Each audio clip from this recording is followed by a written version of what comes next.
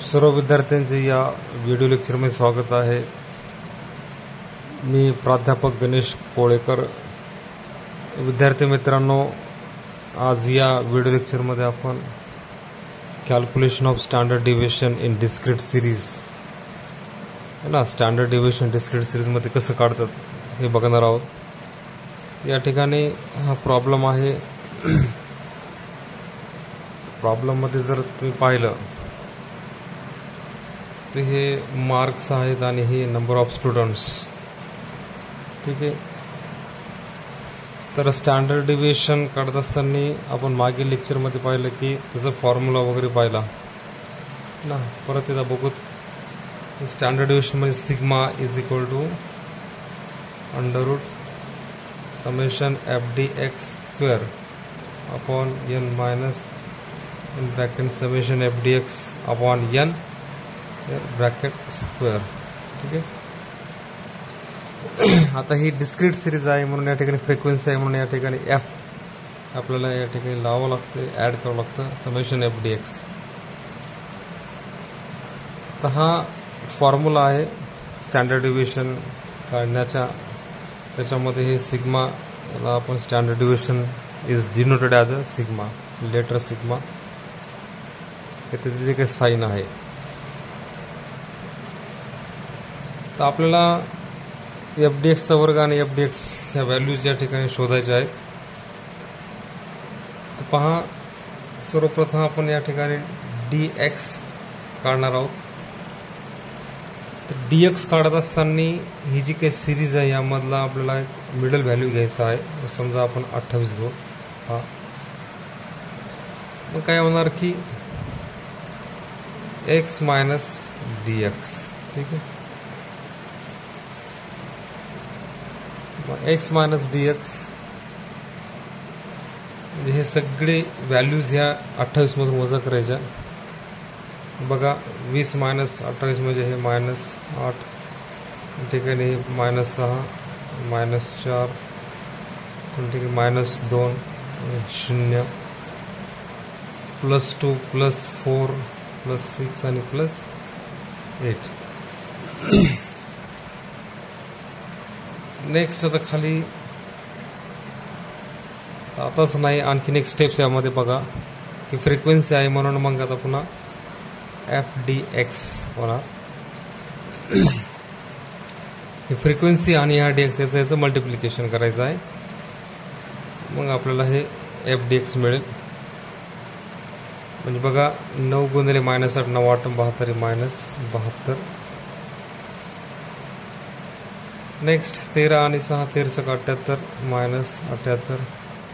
Next 19 आणि 4 19 गुणिले 4 19 चौक 36, sorry 19 1 19 8 19 76 19 चौक 76 76 minus 76 22 आणि 22 आणि 44 हे 0 24 0 0 21 गुणिले 2 42 21 2 42 18 गुणिले 4 18 72 14 सखी 84, ठीक आहे। आणि हे 10 8 80। आता या ठिकाणी याचं करायचं टोटल समेशन FDX। तर पहिल्यांदा मायनस आपण टोटल करूयात। 72 प्लस 78 76 आणि 44, ते हे झाले मायनस 270, ठीक आहे। रफ मध्ये आपल्याला एम घ्यायचं आणि प्लस बघा 42 plus 72 then next 84 and last we are having 80, हे झाले 278 प्लस। आता हे मायनस प्लस मध्ये मायनस होत असते, म्हणजे मोठ्या संख्ये कोणत्या या ठिकाणी 278 आहे, तर मोठ्या संख्या चिन्ह म्हणजे एक आधी देऊन ठेवायचं प्लस, मग 278 मधून 270 गेले, या ठिकाणी प्लस 8 हे राहिले, तर या ठिकाणी हे 8। नेक्स्ट आता आपली पुढची लास्ट स्टेप आहे, या ठिकाणी FDX चा वर्ग करायचा आहे। FDX चा वर्ग आता एफडीएक्सचा वर्ग करायचं म्हणजे याचा असा वर्ग नाही करायचा 72चा वर्ग म्हणजे 72 गुणिले 72 असं होणार नाही. ही केव्हा पॉसिबल, जेव्हा आपली जी सिंपल सिरीज असेल तेव्हाच आपण त्या ठिकाणी करायचा असतो. डिस्क्रीट आणि कंटिन्यूस सिरीजमध्ये या ठिकाणी एफडीएक्सचा वर्ग म्हणजे हे डीएक्स आणि एफडीएक्स याचा गुणाकार हा आहे. तर बघा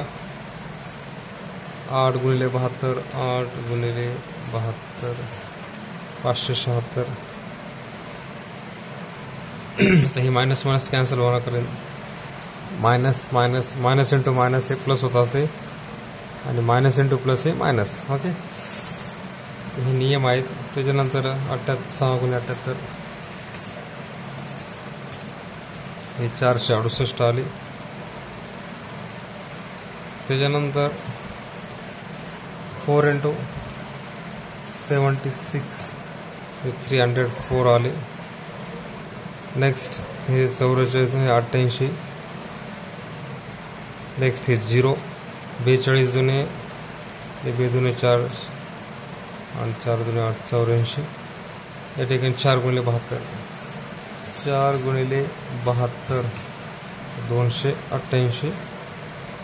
6 गुणिले 84 6 गुणिले 84 हे 504 आणि हे 80 गुणिले 8 88 64 80 गुणिले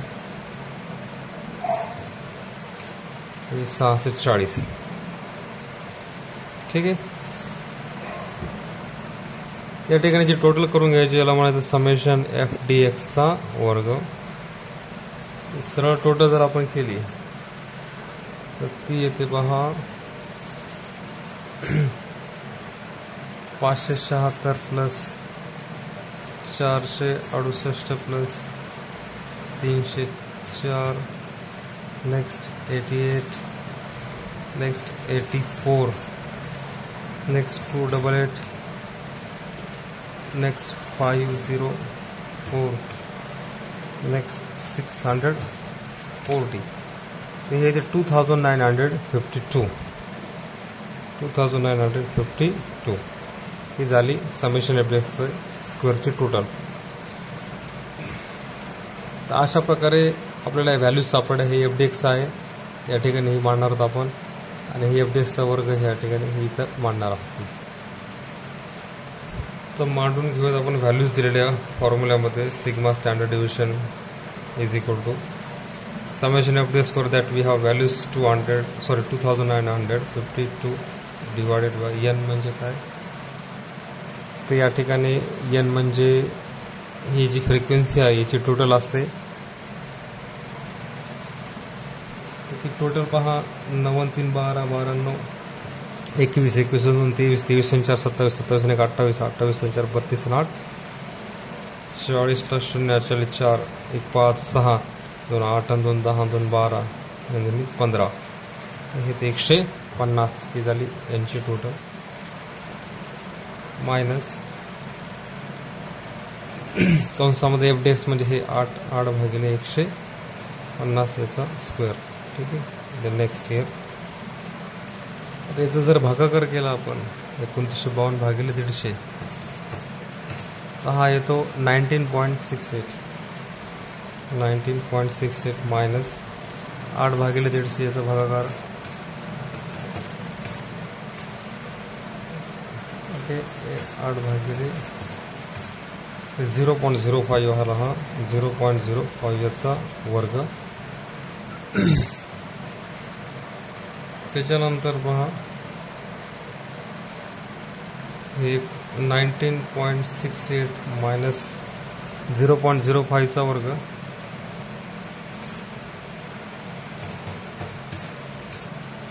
तर हा येतो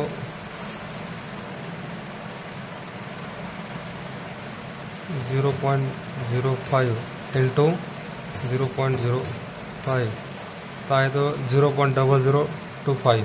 ओके 0.0025. तर त्याची वजाबाकी करून घ्यायची आपल्याला. 19.68 मायनस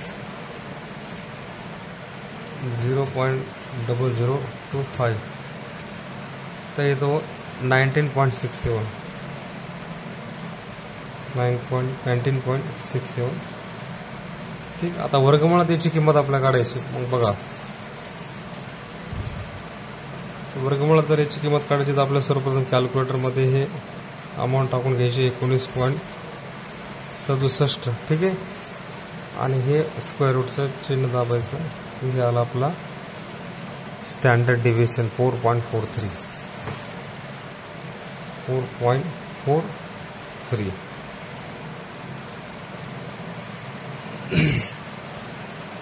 ठीक आहे.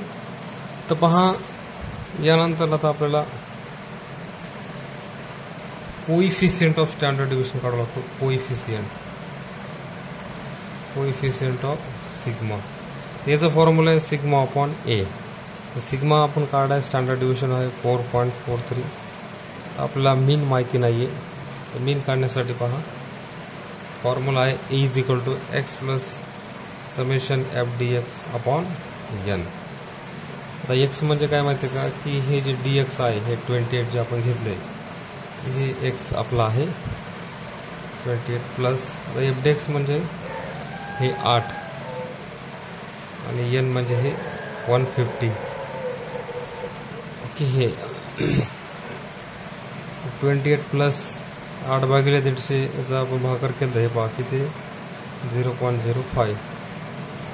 तर मग टोटल 28 प्लस 0.05